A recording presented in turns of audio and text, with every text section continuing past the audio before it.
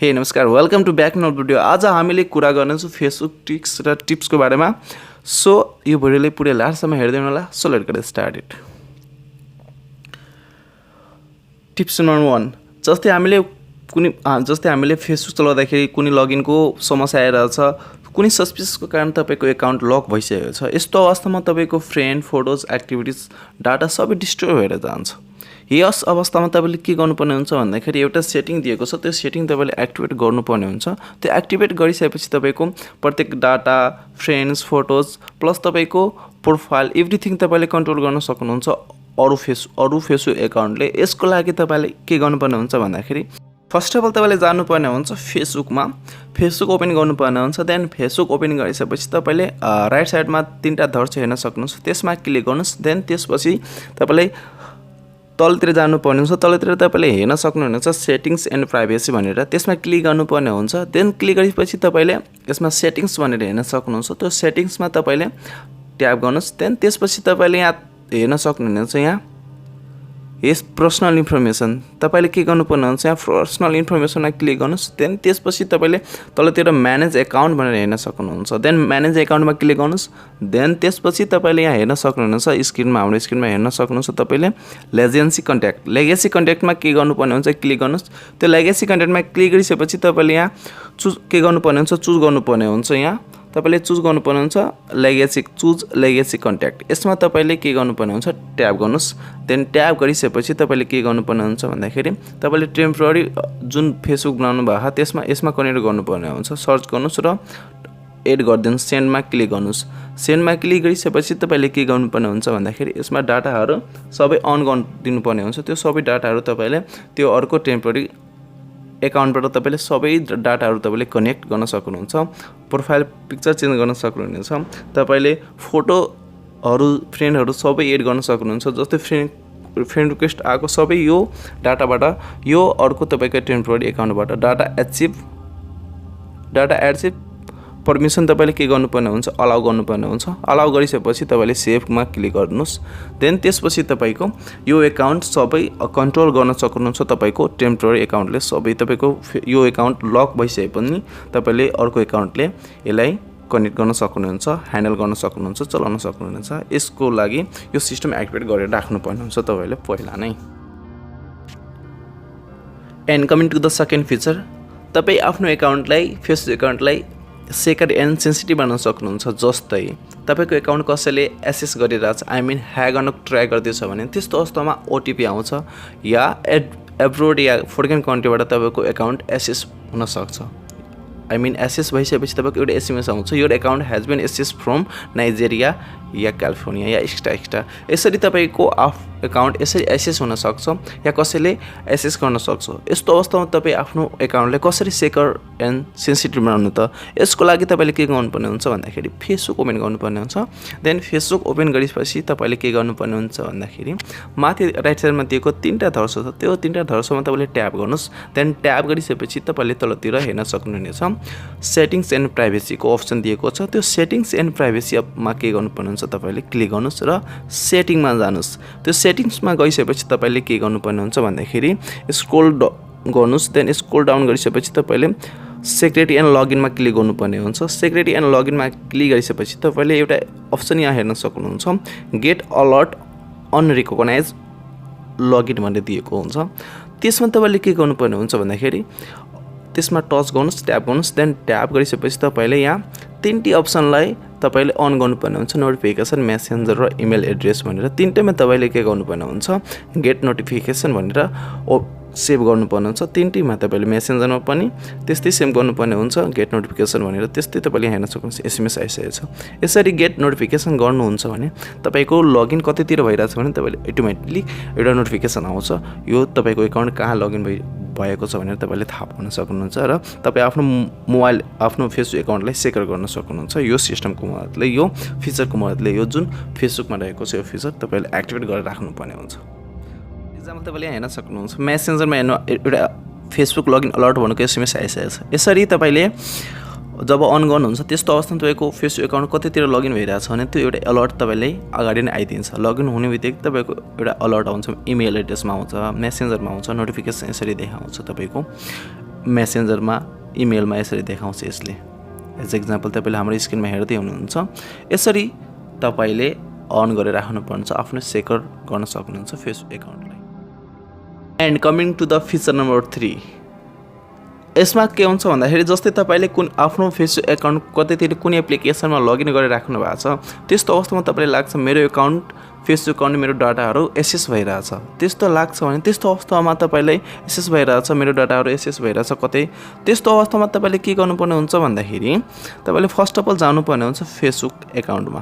Facebook account login गर्नुहोस्, then त्यसपछि तपाईँले जानुपर्ने हुन्छ सेटिङ्समा। 3 डट तपाईँले हेर्न सक्नुहुन्छ, त्यो 3 डट एकाउन्टमा 3 डटमा जानुहोस् र 3 डटमा गइसकेपछि तपाईँले के गर्नुपर्ने हुन्छ सेटिङ्स एन्ड प्राइभेसी हेर्न सक्नुहुनेछ। त्यो सेटिङ्स एन्ड प्राइभेसीमा क्लिक गर्नुहोस्, देन त्यसपछि तपाईँले सेटिङ्समा क्लिक गर्नुपर्ने हुन्छ। देन आफ्टर तपाईँले यहाँ हेर्न सक्नुहुनेछ एप्स एन्ड वेबसाइट भनेर दिएको छ, त्यो एप्स एन्ड वेबसाइटमा तपाईँले क्लिक गर्नुहोस्।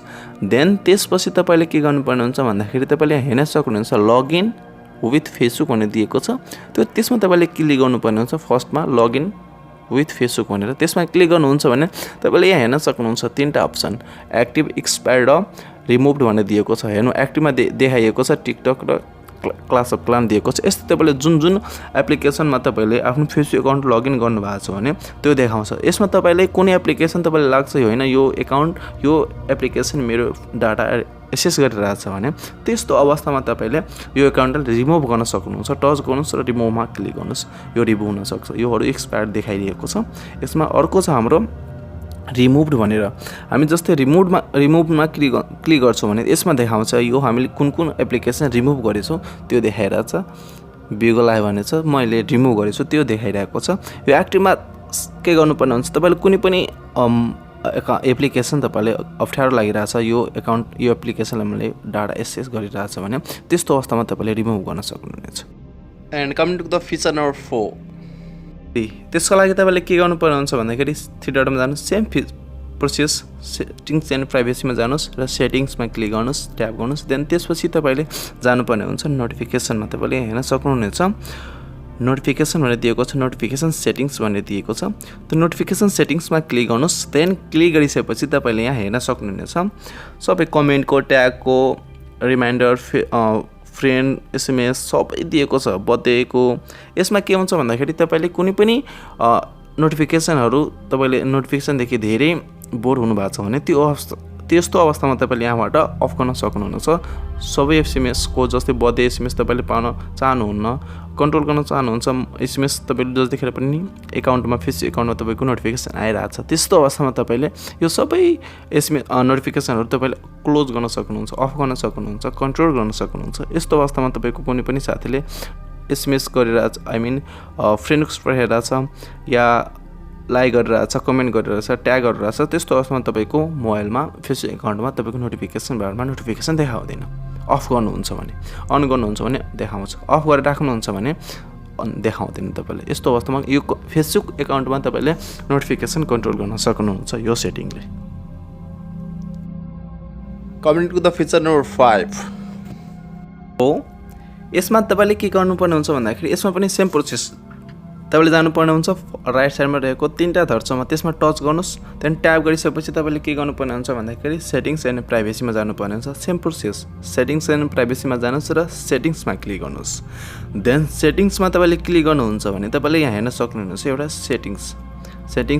सेटिङ्समा क्लिक गर्नुहोस्। देन त्यसपछि तपाईँले के गर्नुपर्ने हुन्छ भन्दाखेरि सेक्युरिटी एन्ड लगइनमा क्लिक गर्नुपर्ने हुन्छ। सेक्युरिटी एन्ड लगइनमा क्लिक गर्नुहुन्छ भने त्यसपछि तपाईँले यहाँ तलतिर हेर्न सक्नुहुन्छ where are you login, see all दिएको छ। त्यो सी अलमा तपाईँले क्लिक गर्नुहुन्छ भने तपाईँको एकाउन्ट कहाँ कुन ठाउँमा लगइन भएको छ त्यो सबै तपाईँले यहाँबाट हेर्न सक्नुहुन्छ। अहिले कहाँ एक्टिभेट छ सबै हेर्न सक्नुहुन्छ तपाईँले। हेर्नुहोस् यहाँ सबै कुन मोबाइलमा दिएको छ, कुन ठाउँमा कहाँ छ दिएको छ, सबै एभ्रिथिङ तपाईँको यहाँ देखाउँछ। कुन मोबाइल फोन छ, मोबाइलको नेम के हो सबै तपाईँले यहाँ हेर्न सक्नुहुन्छ।